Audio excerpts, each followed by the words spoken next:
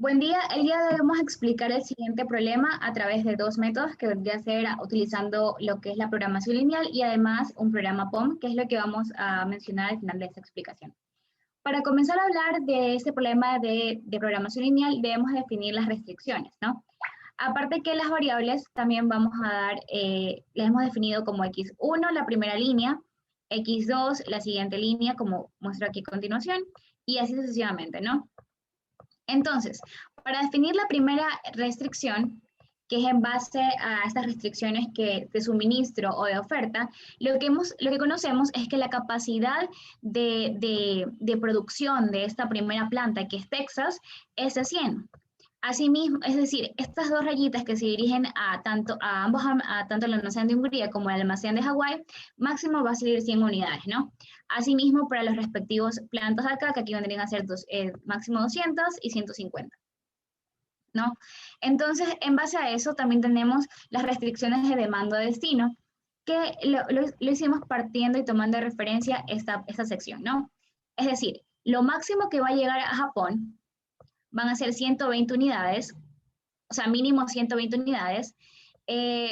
A Corea son 80 unidades, a Nueva Zelanda 70 unidades y a Australia vendrían a ser 110 unidades. Es decir, eso es la mínima capacidad que deben cumplir los almacenes de campo. Ahora, para hablar de las restricciones de estos almacenes, tanto de los almacenes regionales y las restricciones de los almacenes de campo, partimos del siguiente análisis. Tomamos para este ejemplo a Hungría, el almacén Hungría, ¿no? Entonces nosotros sabemos que Hungría va a recibir tanto las cantidades de X1 como las cantidades de X3. Es decir, las cantidades que parten desde Texas, una parte de lo que parte de Texas y otra parte también de lo que viene de Iowa, ¿no? Que vendría a ser X3. Entonces, estas mismas unidades es lo que va a tener Hungría la capacidad de dar a los almacenes de Filipinas, que vendría a ser X6, y asimismo al almacén de Fiji, que vendría a ser X7. Entonces, para partir de esta restricción y para dar esta restricción sabemos que X1 más X3 va a ser igual a X6 más X7. Dicho de otra forma, la cantidad que entra al almacén de Hungría va a ser lo mismo que va a poder repartir o dar o entregar a los otros almacenes, ¿no? Bueno, y finalmente tenemos las restricciones para los almacenes de campo. Asimismo, para este ejemplo voy a tomar de referencia lo que vendría a ser a Filipinas. Tenemos a Filipinas, ¿verdad? Y lo que va a tener la capacidad lo que le va a ingresar a Filipinas es X6 y además X8, que es lo que está de color verde, ¿no? Entonces, déjenme, perfecto. Entonces, como decía, le va a entrar X6 y X8, es decir, las cantidades que provienen parte de Hungría y parte de Hawái, ¿no? Entonces, eso mismo que entra es lo que Filipinas va a tener la capacidad para repartir tanto a Japón, Corea del Norte y por último a Nueva Zelanda. Entonces, nuevamente hacemos lo mismo que decimos hace un momento.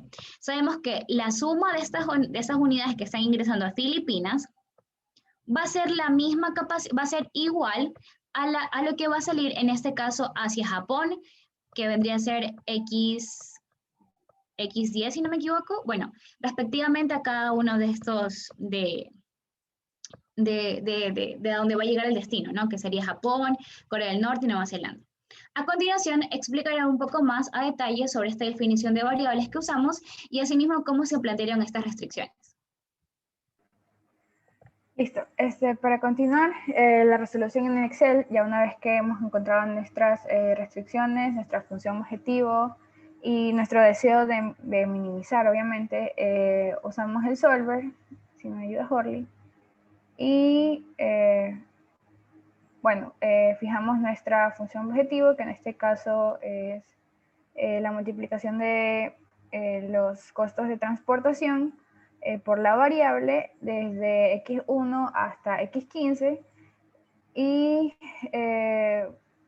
sombramos las celdas de nuestras variables, posteriormente las de nuestras restricciones, tanto de las funciones como su signo, y especificamos también el valor máximo o mínimo o igual que estas tendrían.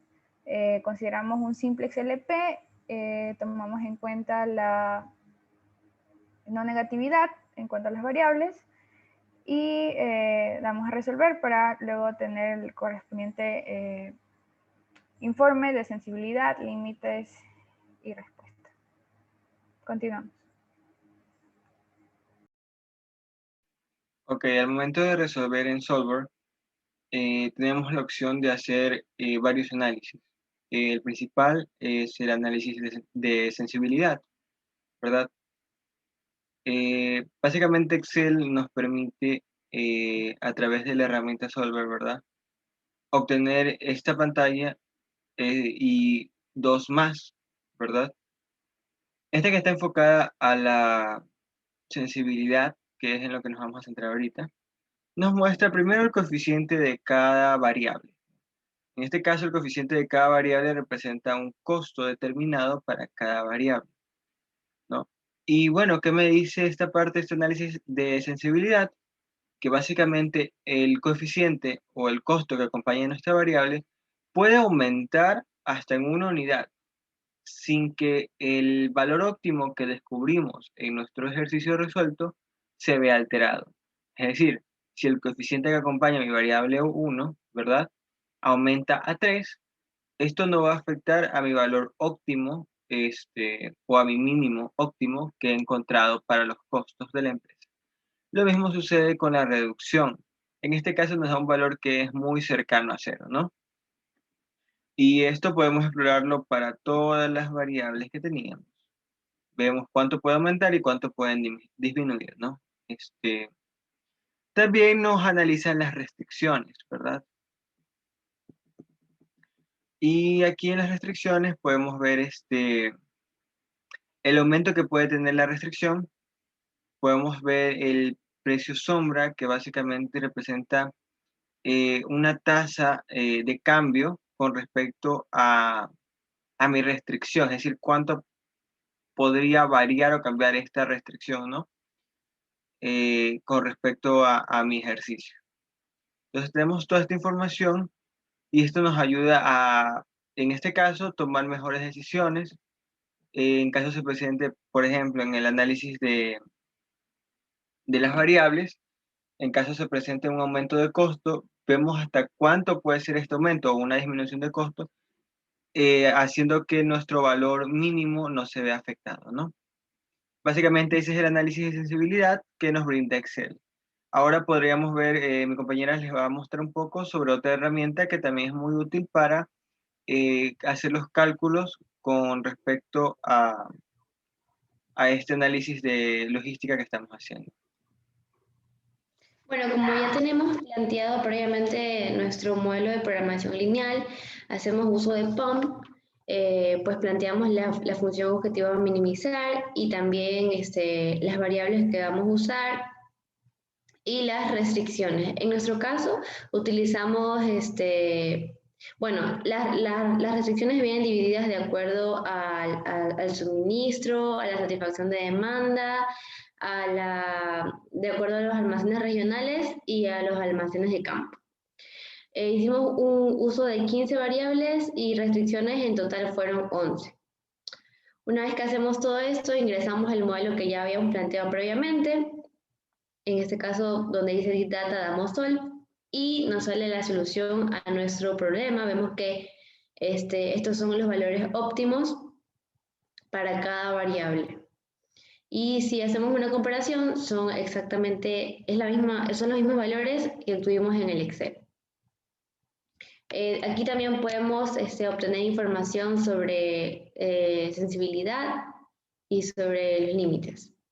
Y bueno, la verdad llegamos a la conclusión que entre los dos métodos, Excel mediante Solver y POM, bueno, la verdad es que consideramos que no hay como una diferencia muy visible, ya que para ambos hay que hacer el planteamiento previo del programa de programación lineal y de ahí simplemente es lo mismo, ya que básicamente solo hay que ingresar las variables y pues se resuelve automáticamente. Gracias. Algo más que me gustaría acotar es el hecho de que finalmente, si regresamos al Excel que estábamos trabajando, podemos ver, un momento, ya, si regresamos a esta parte en lo que se refiere a las variables, ¿qué encontramos o cuál es la conclusión? Que básicamente estas son las unidades que deberían transportar para lograr esta minimización del costo total, ¿no? Es decir, que hay ciertas rutas que los transportes no deberían ir porque de alguna forma podría afectar o no optimizar el costo que la empresa desea, ¿no? Como en el caso de TX a Hawái, que vendría a ser, ¿no? Entonces, esa es la conclusión que llegamos, que esas son las cantidades que se deberían transportar utilizando cada una de las rutas, y vemos la utilidad que tiene estos dos diseños, porque el proceso que utilizábamos anteriormente en clases era un poco más demorado, tardado, dado que había que probar varios escenarios, ¿no? Entonces, eso. Sin más que decir, muchísimas gracias y esperamos que la explicación haya sido la correcta y la mejor para que se logre entender la resolución, ¿no?